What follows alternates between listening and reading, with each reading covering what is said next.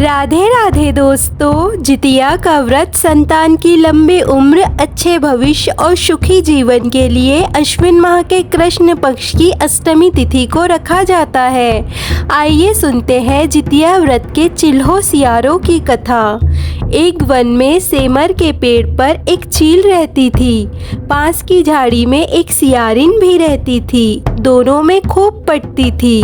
चिल्हो जो कुछ भी खाने को लेकर आती उसमें से सियारिन के लिए ज़रूर हिस्सा रखती। सियारिन भी चिल्हो का ऐसा ही ध्यान रखती। इस तरह दोनों के जीवन आनंद से कट रहे थे।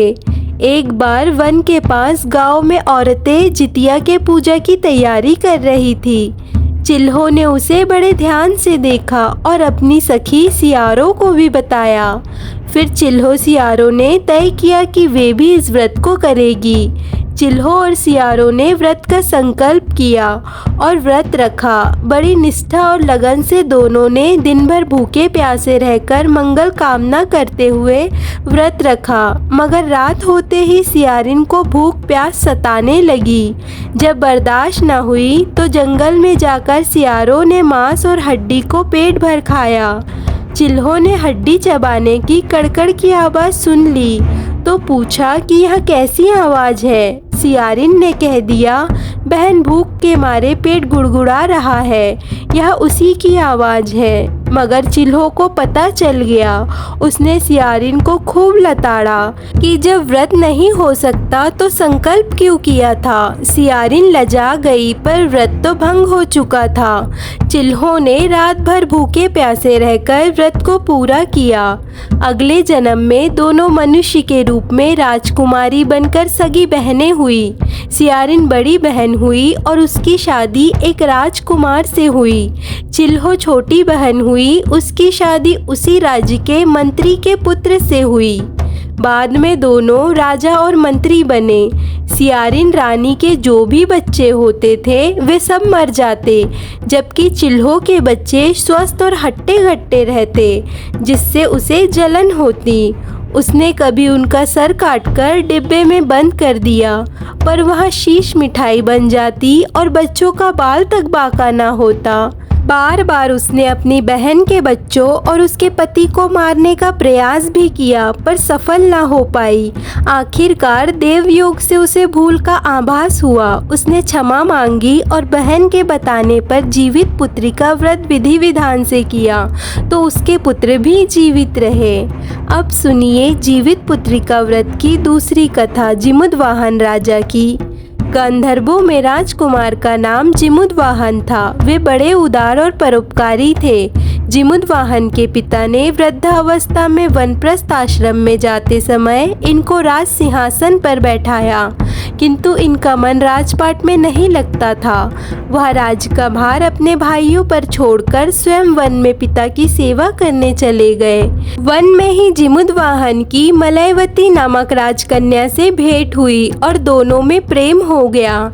एक दिन जब वन में भ्रमण करते हुए जिमुदवाहन काफी आगे चले गए तब उन्हें एक वृद्धा विलाप करते हुए दिखी। पूछने पर वृद्धा ने रोते हुए बताया, मैं नागवंश की स्त्री हूँ, मुझे एक ही पुत्र है।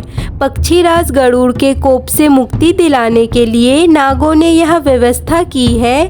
वे गरुड़ को प्रतिदिन भक्षण हेतु एक युवा नाग सौंपते हैं। आज मेरे पुत्र शंखचूड़ की बलि का दिन है। आज मेरे पुत्र के जीवन पर संकट है और थोड़ी देर बाद ही मैं पुत्र विहीन हो जाऊंगी। एक स्त्री के लिए इससे बड़ा दुख क्या होगा कि उसके जीते जी उसका पुत्र ना रहे।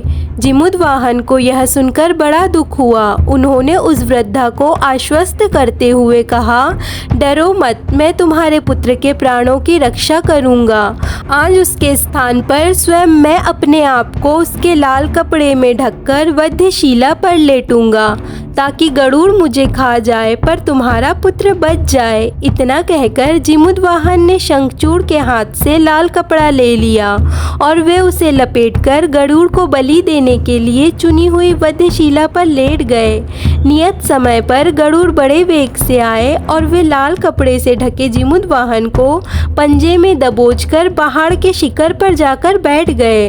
गरुड़ ने अपनी कठोर चोंच का प्रहार किया और जिमुदवाहन के शरीर शरीर से मांस का बड़ा हिस्सा नोच लिया। इसकी पीड़ा से जिमुदवाहन की आंखों से आंसू बह निकले और वह दर्द से कहारने लगे। अपने पंजे में जकड़े प्राणी की आंखों में से आंसू और मुंह से कहार सुनकर गरुड़ बड़े आश्चर्य में पड़ गए, क्योंकि ऐसा पहले कभी ना हुआ था। उन्होंने जिमुदवाहन से उनका परिचय पूछा। जिमुदवाहन ने सारा किस्सा कह सुनाया कि कैसे वे एक स्त्री के पुत्र की रक्षा के लिए अपने प्राण देने आए हैं। गरुड़ उनकी बहादुरी और दूसरे के प्राण की रक्षा के लिए स्वयं का बलिदान देने की हिम्मत से बहुत प्रभावित हुए। उन्हें स्वयं पर पछतावा होने लगा।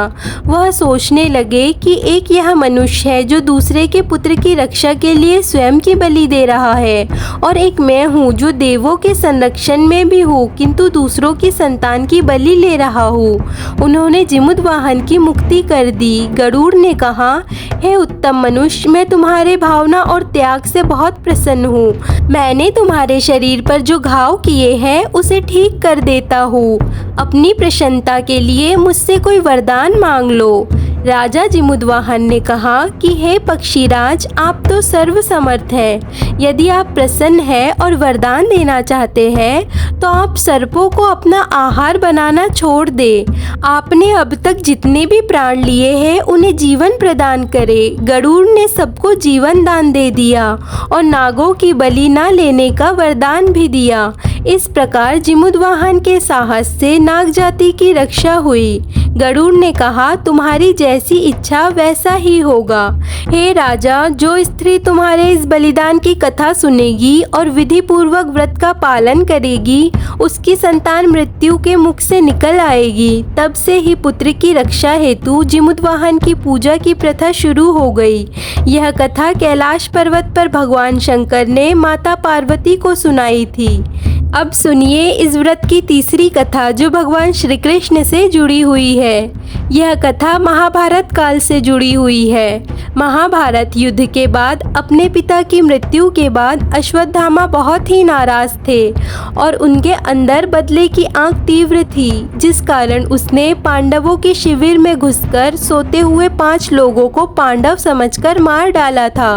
लेकिन वे सभी द्रौपदी के 5 संतानें थी।